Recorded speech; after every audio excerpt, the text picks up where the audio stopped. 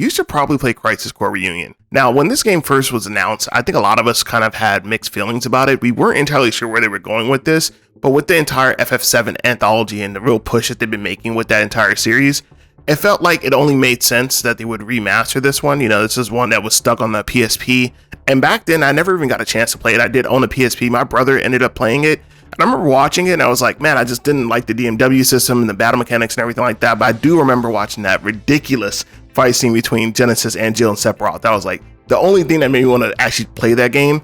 And overall, I think when the game was actually announced, a lot of people were kind of like, it looks like the remaster is pretty solid. But the main question a lot of us had was why? Why is this game being remastered right now? And I think with some of the changes that we saw with FF7 Remake and Integrate and Zack being, shown there living in a different dimension or whatever you want to call it, I think that this is setting up for him to have a more involved part, going forward within the FF7, this new anthology that they're creating. So I want to talk about why I think that this is more than just required reading. Not only its package, but I think that a lot of people should pay attention to what's going on with Crisis Core. So to start with, I think that just as a game itself, it's quite excellent. You know what I mean? It very clearly is a PSP game being remastered, things like the camera and stuff like that. The only thing that I really didn't like within combat was the camera. Sometimes it really made you feel claustrophobic because the camera really wouldn't move, but you got to remember that this was dealing with PSP hardware. Even if it has been upscaled and it's all nice and shiny now, it does have its own limitations. But overall, I found that the combat was very good. The menu system was very good, very rewarding as well. You know what I mean? When you go out and grind, you're rewarded adequately for that. And coming off of Final Fantasy 13, you really weren't rewarded for that. So that was a welcome change of pace for me. One thing I really enjoyed about the combat was some of the really unique material that Zack had access to. Stuff like Electrocute, I thought was really cool. A lot of the AP skills he had was also really cool. If they can kind of integrate some of that stuff over to the remake series, that would be really excellent. I really liked the material loadout that he had here. It was very you could pick your playstyle and just run with it. You know what I mean? I never felt at the disadvantage. Obviously, some things are more busted than others, but I really liked the versatility and the openness of the combat style. There were so many different ways to try and, carve that pumpkin, and I love that out of a video game, that it's not so linear. Hey, there are always going to be powerful options, but you can still pick and choose how you want to play. I love that. Seeing the journey of Zack and kind of seeing the backstory to a lot of these characters and his relationship with them was very rewarding for me. That was something I enjoyed way more than I thought I would. Seeing him interact with Aerith, even the Yuffie stuff really felt like super fan servicey, but it worked for me. You know what I mean? Seeing some of these other characters in different contexts, I thought was really good. I think the highlight for sure was Song and Cisne. Seeing his relationship with the Turks and how, it evolved over time and they actually tried to save him at the end. I thought that was really, really touching. And that kind of does lead to a different element of I kind of see the Turks in a different light now, honestly. Cisne is probably the best work wife ever. And kind of seeing more of Sung was cool because, we always see Reno and Rufus, those are kind of the poster boys when it comes to the Turks. So it was good to see another facet of that, seeing the leader of the soldier program, even though he had an unfortunate end, seeing how everything was working before it all kind of fell, to despair. I thought that was all really good. Actually being able to see the city of Midgar, how they envisioned it back then, even obviously we have a more fully fleshed out version with Remake now, but I enjoyed seeing that right there. And some of the other areas as well that they introduced, I thought that was really cool. Obviously, I'm very much looking forward to seeing a lot of that in Final Fantasy VII Remake Part 2, but it was good to kind of get a little taste of it, kind of filling the world of Final Fantasy VII, because that world I think is very, very rich, right? There's a lot of things that are pulled, from different inspirations, and I think that it all comes together really, really well. Now, as for our main protagonist, Zack, I was kind of hit or miss on a couple things. I think the biggest thing when it comes to Crisis Core is I didn't really like his VA. I couldn't really rock with it. There was so many situations where his delivery just was out of left field. It just didn't match up with what was going on the screen, and that just bothered me sometimes. Everybody else's VA work was really good. Seeing updated models was really good. I actually went back and looked at previous Crisis Core footage, and they did a really good job of bringing this into the new era. I think everything, the new outfits, everything just looks stellar. Also, getting a chance to see relationships like Zack and Aerith, after seeing how Zack and Aerith interacted in this game, I just don't fundamentally understand some of the shippers between Cloud and Aerith. It's very clear that Cloud and Tifa are supposed to be a thing, and that Zack and Aerith are supposed to be a thing. You know what I mean? I made a whole video about this, but it just makes it even more hysterical that people really thought that. I really enjoyed that relationship. Their dynamic was really good, even though I think that they really kind of like tried to set up Cisne as a work wife kind of thing. It was very clear that they had like somewhat kind of like underlying feelings for each other. I thought that was really cool.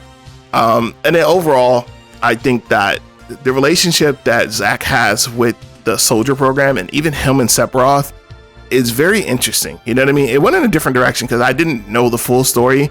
It went in a very different direction than I was expecting, and obviously, you know, they were gonna fight and stuff like that. But it was kind of interesting to see like he just got blown out by Sephiroth. It is shown in the flashbacks that he gets defeated, but kind of how it's shown in Crisis Core is like he wasn't even a challenge. You know what I mean? That's just interesting, you know, overall. So, but one thing I really enjoyed was seeing the background of Shinra and the soldier program. That's the thing that I think was a highlight for me when it comes to Crisis Core Reunion. Seeing the backstory of everything that happened, you know, there were previous projects, Project Angel, Project Genesis, and seeing kind of what happened to them, you know, their unfortunate ends, everything leading up to Sephiroth losing his mind, you know, and just kind of going on a killing spree in Nibelheim. All of that context is really good for the average viewer. You know what I mean? A lot of this stuff you really didn't have access to unless you weren't, you know, emulated a PSP or something like that, or you watch, you know, Final Order, you know, that kind of give you some context, but a lot of us never got to really enjoy or experience some of that firsthand. Now, I want to talk about Genesis and Angeal. So this seems to be the two characters that most people either love or they have some level of umbrage regarding. I personally liked both of the characters. I wish Angeal was in the story much longer than he was. He felt like he was only a cameo. He felt 100% like a plot device, and that's unfortunate because he was so critical to the development of Zack, but he was only around for so short. The only thing with Genesis that I really didn't like was they just overused him as a plot mechanic too much. You know what I mean? You gotta fight his clones nonstop, and then you gotta track down Hollander and everything like that. After that, I was just like, I'm done. I've experienced the Genesis clones. I get it. You know what I mean? Like, it just wore on way too much. But him as a character himself, I thought was excellent. He was probably one of my favorite character out of, you know, Crisis Core for sure. I liked his outfit. I like that his outfit is so much different than everybody else's. That red. His motivations and everything like that, they were kind of hit or miss in certain situations. I do like that he does have a certain level of continuity. You know, they've already introduced that Nero and Weiss, so Deep Ground. So I'm hoping that he will be involved in some way in some of the remakes or some type of optional boss or something like that. It would be cool to bring him back. I actually thought he was pretty cool. Even if the love listing, you know, that can be a little memey. I can understand why people might not like that, but it was whatever. But moving on, I think one thing that I really liked was the continuity that they tried to do. You know, all the summons, they kind of look like the Final Fantasy VII Remake summons now. Everything has that uniformity now. Even the menus, you know, they look just like FF7 Remake, Crisis Core, they look one-to-one. That's something I really appreciate. And it shows that they're showing a very high level of interest in making sure that the continuity is throughout. If somebody wants to experience the Final Fantasy VII verse, it's going to look the same, you know, on every single game, every single platform. That's something I really like. And that's something that some people were like, well, I like the old menus, the way it looked and stuff like that, but I can appreciate this continuity efforts that they're trying to make. But overall, I just think it's a very solid package, and I think a lot of people should go out of their way to try and experience this, especially if you're a Final Fantasy fan. I wouldn't say I'm necessarily a Final Fantasy VII fanboy. It's not even my favorite Final Fantasy, but I do like the direction that they're going into with remake and some of the decisions that they're making. And I think that this is a very important step in that block going forward. So if you are on the fence about playing Crisis Core Reunion, or if you want to wait for it to go down the sale or something like that, I definitely think it is worth your time. As far as a complete package, the overall story is like 15, 20 hours, something like that. It's really a short game. And I'm fairly certain just from kind of looking at all the evidence right now that this is going to be critical. You know, they want you to know Zack's story for a reason. They want you to know what this character's background was and the characters involved in his story. So I think this is going to be critical in the future. So I definitely would recommend not skipping over this. It's a very fun package. And let me know what you guys want to see as far as more Crisis Core content. This is just kind of a quickie. I just wanted to kind of let you guys know my experience with it and that I did get a chance to play it. But let me know down in the comments. LC signing out. Peace.